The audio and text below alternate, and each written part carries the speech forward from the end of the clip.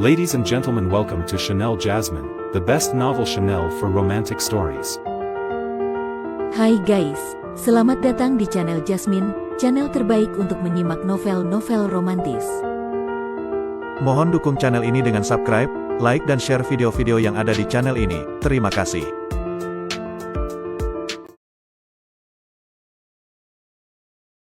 Kaisar Agung Seni Bela Diri bab 829. Cahaya panah busur awan ungu gagal mengenai target, sesuatu yang memang sudah diperkirakan oleh Luo Xiu.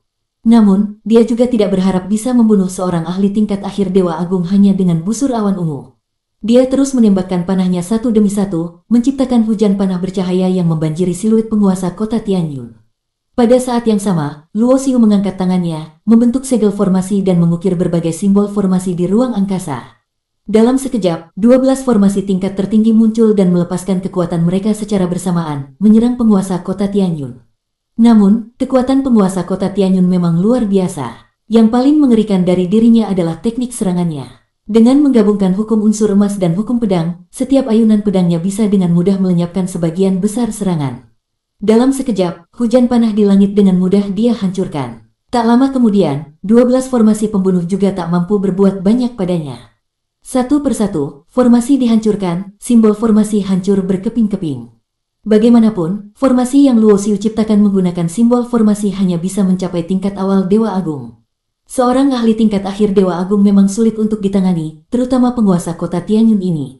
Teknik serangannya sangat mengerikan, bahkan aku pun tidak bisa menghadapi serangannya secara langsung, pikir Luo Xiu. Dia tahu bahwa penguasa kota Tianyun harus disingkirkan. Jika orang ini berhasil melarikan diri, kabar tentang kehadirannya pasti akan sampai ke telinga penguasa kota Tianyun. Jika itu terjadi, ada kemungkinan besar penguasa kota Tianyun akan menggunakan Hong Fei sebagai sandera untuk mengancamnya. Untungnya, meskipun penguasa kota Tianyun memiliki kekuatan yang luar biasa, Luo Xiu masih memiliki kartu truf yang belum dia gunakan. Begitu dia mengeluarkannya, kemenangan bisa dipastikan. Luo Xiu menarik busur awan ungu lagi, menembakkan lebih banyak panah bercahaya, sementara tangannya terus membentuk segel formasi, menciptakan berbagai formasi untuk menghalangi pergerakan lawannya. Penguasa kota Tianyun mengayunkan pedangnya untuk menghancurkan setiap panah yang mendekat dan merobek setiap formasi yang terbentuk. Dia tampak bertarung dengan segenap kekuatannya, tetapi sebenarnya dia masih menyisakan sebagian besar tenaganya. Dia tetap waspada karena yakin bahwa Luo Xiu masih menyembunyikan sesuatu yang lebih kuat. Tiba-tiba, sebuah kuil kuno berwarna perunggu muncul dari udara, turun dengan suara gemuruh yang mengguncang ruang angkasa. Apa ini? Penguasa kota Tianyun langsung menyadari bahwa kuil kuno ini adalah kartu truf Luo Xiu. Namun, setelah mengamatinya lebih dekat, dia menemukan bahwa energi yang dipancarkan oleh kuil itu tidak terlalu kuat, paling-paling setara dengan artefak tingkat bawah Dewa Agung. Jadi, dia pikir bisa mengalahkanku hanya dengan artefak semacam ini. Penguasa kota Tianyun menyeringai dingin. Pedang emasnya melesat ke depan, diayunkan dengan kekuatan penuh untuk menebas kuil kuno itu. Dia sangat percaya diri bahwa pedangnya cukup kuat untuk menghancurkan artefak tingkat bawah Dewa Agung menjadi serpihan. Boom! Namun, ketika pedang emas miliknya bertabrakan dengan kuil reinkarnasi, hal yang mengejutkan terjadi. Kuil itu tidak hancur seperti yang dia duga. Sebaliknya, terdengar suara benturan logam yang tajam, dan pedang emas miliknya justru terpental ke belakang. Gelombang kejut yang kuat merambat melalui pedangnya, membuat penguasa kota Tianyun merasakan nyeri di pergelangan tangannya.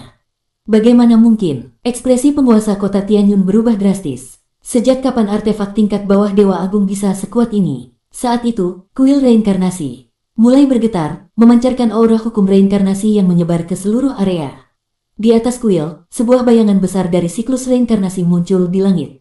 Bayangan ini merupakan proyeksi siklus reinkarnasi alam semesta. Karena kuil reinkarnasi merupakan fragmen dari cakram reinkarnasi, sebuah artefak legendaris yang mengatur hukum reinkarnasi di alam semesta, kuil ini bisa menarik esensi hukum reinkarnasi dan memanggil proyeksi siklus reinkarnasi yang asli. Meskipun proyeksi ini hanya mengandung sebagian kecil hukum reinkarnasi, kekuatannya tetap luar biasa. Di bawah tekanan dari proyeksi ini, penguasa kota Tianyun tiba-tiba merasakan tubuhnya seperti membeku di tempat. Seolah-olah dia telah terkena mantra pembekuan waktu, tubuhnya tak bisa bergerak sama sekali. SWOSH. Pada saat yang sama, Luo Xiu mengangkat tangannya dan melepaskan manik kehidupan dan kematian. Bola hitam putih seukuran mata naga itu tiba-tiba membesar di udara, berubah menjadi bola raksasa yang bercahaya, seperti bintang kembar yang berputar dengan kecepatan tinggi. Dengan kecepatan yang luar biasa, manik kehidupan dan kematian melesat menuju penguasa kota Tianyun, yang masih tak bisa bergerak. Bajingan! Penguasa kota Tianyun meraung marah. Dia dengan cepat mengerahkan hukum emas dan pedang, membentuk perisai pelindung di sekeliling tubuhnya. Pada saat yang sama, sebuah artefak pertahanan muncul dari dalam pikirannya, melayang keluar untuk melindunginya. Boom! Benturan dahsyat terjadi. Energi yang dilepaskan begitu kuat sehingga menghancurkan segalanya di sekeliling mereka. Penguasa kota Tianyun terpental jauh, muntah darah di udara. Meskipun dia berhasil bertahan dari serangan itu dengan bantuan artefak pertahanannya, dia tetap mengalami luka parah. Sayang sekali, Luo Xiu menghela napas kecil. Dia bisa melihat bahwa penguasa kota Tianyun hanya mengalami luka ringan. Pada akhirnya, level kultivasiku masih terlalu rendah. Aku tidak bisa mengeluarkan kekuatan penuh dari kuil reinkarnasi dan manik kehidupan dan kematian. Jika aku bisa menggunakannya sepenuhnya, membunuh seorang dewa agung bukanlah masalah besar. Namun, penguasa kota Tianyun kini tampak jauh lebih marah daripada sebelumnya. Dasar bocah, aku bersumpah akan menyiksamu dan menghancurkan jiwamu hingga tak bersisa. Kini, penguasa kota Tianyun benar-benar kehilangan ketenangannya. Awalnya, dia menganggap Luo Xiu hanyalah anak muda yang berbakat, tapi sekarang dia menyadari bahwa dia telah meremehkan lawannya. Namun, masih ada satu pertanyaan besar di benaknya. Seberapa banyak lagi kartu truf yang dimiliki bocah ini? Roar! Di saat itu, sebuah raungan menggelegar terdengar dari danau darah, diikuti oleh aura yang sangat menekan menyebar ke seluruh area. Penguasa kota Tianyun merasakan tubuhnya tiba-tiba tegang, seperti terkunci oleh kekuatan yang tak terlihat. Dalam sekejap, ruang di sekelilingnya diselimuti oleh energi misterius. Penguasa kota Tianyun merasa kekuatannya, termasuk hubungan dengan hukum-hukum alam, semuanya tertekan. Setidaknya, setengah dari kekuatannya tidak lagi dapat digunakan. Apa yang sedang terjadi ini? Pikir penguasa kota Tianyun dengan cemas. Dengan tingkat kultivasi di akhir Dewa Agung, dia mulai merasa gentar. Banyak hal yang terjadi saat menghadapi Luo Xiu telah melampaui pemahamannya, bahkan kendalinya.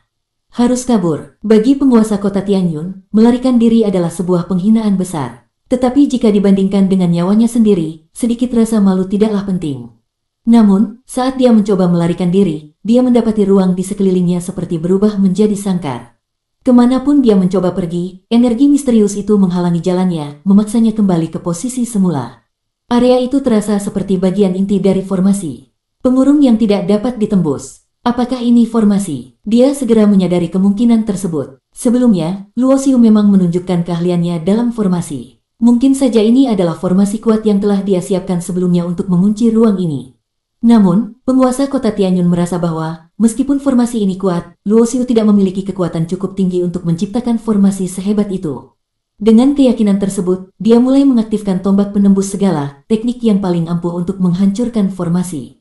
Sayangnya, bahkan tombak penembus segala tidak mampu mengatasi formasi ini. Hal ini membuat penguasa kota Tianyun semakin panik. Dia berteriak dengan marah, "Dasar bocah! Trik apa lagi yang kau gunakan kali ini?" Namun, Luo Xiu tidak menghiraukannya. Pandangan Luo Xiu beralih ke arah danau darah. Glek, glek, glek. Darah pekat di dalam danau mulai bergolak, membentuk pusaran darah besar. Dalam sekejap, sebuah tubuh hitam pekat melesat keluar dari danau. Darah di danau itu terserap oleh tubuh itu, semuanya berkumpul ke dalamnya. Bahkan bangkai raksasa yang berada di tengah danau darah pun larut menjadi energi murni dan sepenuhnya diserap oleh monster pelahap dewa. Semua ini terjadi dalam waktu yang sangat singkat. Di saat berikutnya, sesosok monster pelahap dewa yang jauh lebih besar muncul di udara.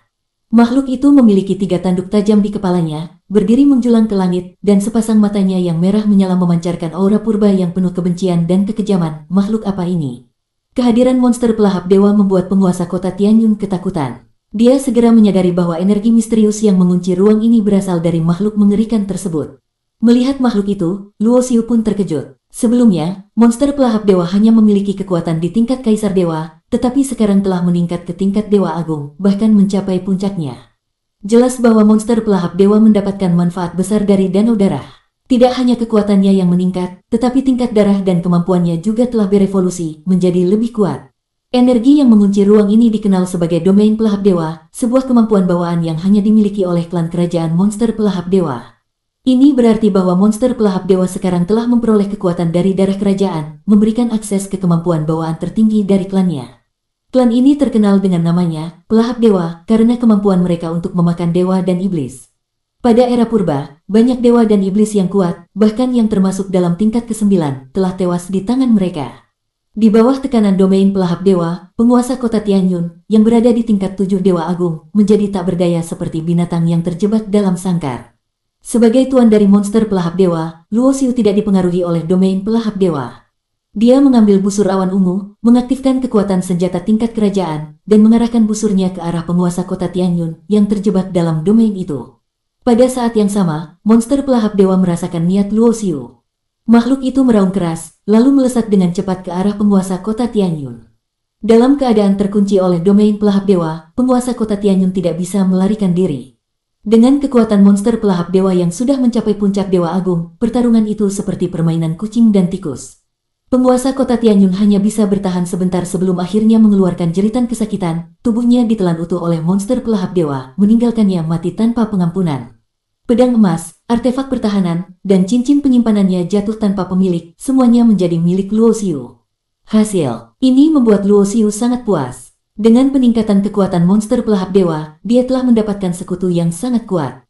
Membunuh penguasa kota Tianyun tanpa menggunakan semua kartu trufnya adalah hasil yang sempurna. Dalam cincin penyimpanan penguasa kota Tianyun, Luo Xiu menemukan sejumlah besar obat-obatan tingkat tinggi. Sebagai seorang ahli di tingkat Dewa Agung, koleksi sumber daya miliknya memang berada di tingkat tertinggi. Dengan wawasan yang diperoleh dari kitab pil, Luo Xiu memilih beberapa obat-obatan tertentu untuk meramu pil khusus tingkat tinggi yang dapat memperbaiki sebagian kerusakan fondasi Dao milik Ning Hanling. Kerusakan pada fondasi Dao Ning Hanling cukup parah, menyebabkan kultivasinya jatuh dari tingkat Dewa Agung. Karena ini terkait dengan dasar jalan kultivasinya, penyembuhan luka seperti ini tidaklah sederhana. Jika hanya mengandalkan kemampuan penyembuhan alami hukum kehidupan, Luo Xiu memperkirakan akan membutuhkan waktu setidaknya 100 tahun untuk sepenuhnya menyembuhkan luka tersebut. Namun, baik Luo Xiu maupun Ning Hanling tidak memiliki waktu sebanyak itu. Oleh karena itu, menggunakan teknik alkimia untuk mempercepat proses penyembuhan adalah pilihan terbaik. Kitab pil mencakup berbagai teknik alkimia yang sangat luas, dianggap sebagai asal mula dari semua alkimia di dunia. Berdasarkan sifat dan prinsip dari obat-obatan tertentu, Luo Xiu dapat menggunakan kitab pil untuk merancang formula pil yang khusus sesuai kebutuhan dan menciptakan pil yang sesuai untuk situasi tertentu.